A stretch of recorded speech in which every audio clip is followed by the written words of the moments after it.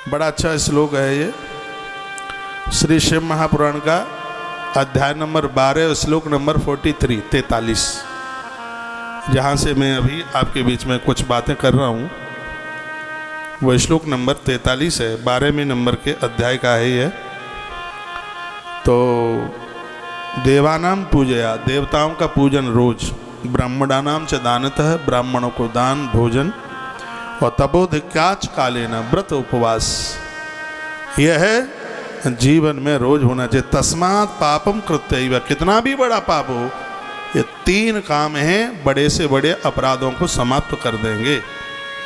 ये इसकी महिमा, बड़े से बड़ा अपराध इन तीनों के बिना मत रहिए। सबको संस्कार, घर में बच्चे बेटियां बहुएं सब, आप पूजा बहुत करते हैं, लेकिन घर में जो अभी आपकी बहुएं हाल ही हाल आई हैं, ये तो मंदिर में झुकती भी नहीं है। मैंने आप लोगों के ही घर में देखा है, डोकरी बैठी रहती है, कभी तो वो अगरबत्ती जलाते जलाते अपनी साड़ी भी जला लेती है?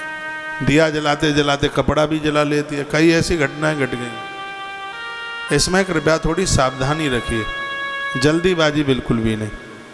बगल में दिया जल रहा है और उधर अगरबत्ती आप क्यों जलाते हैं? अगरबत्ती में बांस जलता है, धूप बत्ती जलाई। अभी मैं उधर गया था धारेश्वर मंदिर, कहाँ, हाँ वहीं गया था।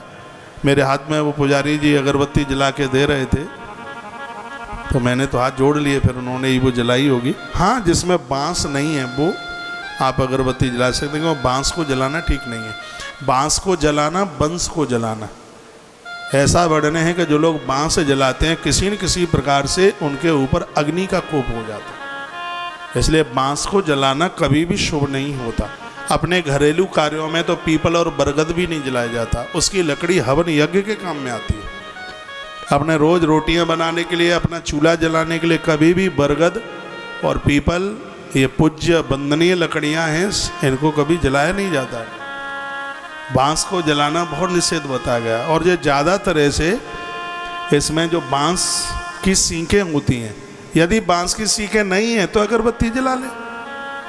वैसे अपने यहाँ तो देखो, हमने ये पूरा का पूरा कर्मकांड पढ़ा, उसमें कहीं ये मंत्र नहीं है कि अगरबत्ती जलाने का मंत्र हो, लेकिन धूप जलाने का मंत्र है। ये अगरबत्तियाँ तो ज़्यादा पीर पैगंबर पर ज़्यादा जलती हैं, मस्जिदों में ज़्यादा जलती हैं अगरबत्तियाँ। आप मुझे बताइए कहीं अगरबत्ती जलाने का मंत्र है? सिराधे आचार्य श्याम शास्त्री जी, बताइए अगरबत्ती का कहीं हो है? लेकिन धूप बत्ती जलाने का मंत्र है, दिया जलाने का मंत्र है। अगरबत्ती जलाने का मंत्र नहीं है पूरे कर्मकांड में, नहीं है। जिसको पता हो वो मुझे बता दे कि अगरबत्ती जलाने का ये मंत्र है। अगरबत्ती जलाने का मंत्र है ही नहीं वेद में, धूप बत्ती का है। धूप बत्ती जलाइए, दिए जलाइए। 5 प्रकार की सामग्री में धूप बत्ती तैयार होती है, 10 तरह की सामग्री में धूप बत्ती तैयार होती है, तो आप वो जलाइए। मैं अगरबत्ती का विरोध नहीं कर रहा हूं, उसमें जो नीचे जो बांस का डंठल लगा हुआ है, सींक लगी हुई है, मैं उसका विरोध कर रहा हूं। कहीं आपके कोई बेटा या आपका भाई या आपका पति है अगरबत्ती का व्यापार किए तो कहेगा ये और आफत देख लो, ये तो हमारा व्यापारी चौपट कराई देता है। धूप बत्ती बेचो खूब। इतना बेकार बेकार मटेरियल डालते हैं कि ऐसी दुर्गंध आती है, वो जलती है। बता दें, लोग डाबर डाल देते हैं उसमें, पता नहीं कंकड़ पत्थर चूना क्या क्या किस करके डालते हैं। अरे भैया, धूप बत्ती जले तो यहाँ जले, पड़ोसी के घर में तो यह लगे कि इनके घर जागरण होने वाला है, कि इतनी खुशबू आवे, इतनी सुगंधी आवे, खुशबू आवे। हम मोल में भाव में 5 रुपया ज़्यादा ले लो, पता तो लगे कि अगरबत्ती जलाई, धूप बत्ती जलाइए। तो ये जरूर देख लें, कभी आप अगरबत्ती लेके भी आते हैं तो ये देखो कि बांस का तो नीचे सींक नहीं है उसमें, नहीं तो ज़्यादा तरह से आप धूप बत्ती ही प्रयोग में लें। मैंने जीवन में कभी अगरबत्ती नहीं जलाई और ना मुझे किसी ने जलाते देखा भी होगा। हमारे पूजा में धूप बत्ती जलती है, दिए जलते हैं। दिए के प्रति तो इतनी श्रद्धा यहाँ भी जल रहा होगा। देख, घी ज़्यादा हो रहा है उसमें। पूरा भरा हुआ है।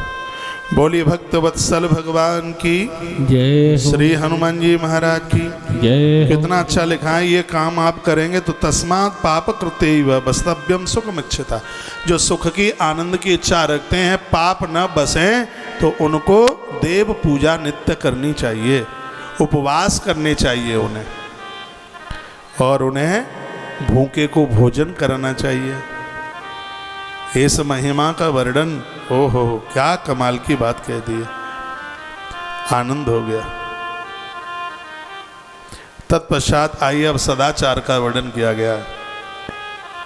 इससे पूर्व में भी मेरी कहीं से पुराण हुई होगी, कुछ बातें मैंने वहाँ बताई होंगी, यहाँ भी निवेदन कर रहा हूँ। सदाचारम श्रावयासो ये न लोकान्येत बुधा।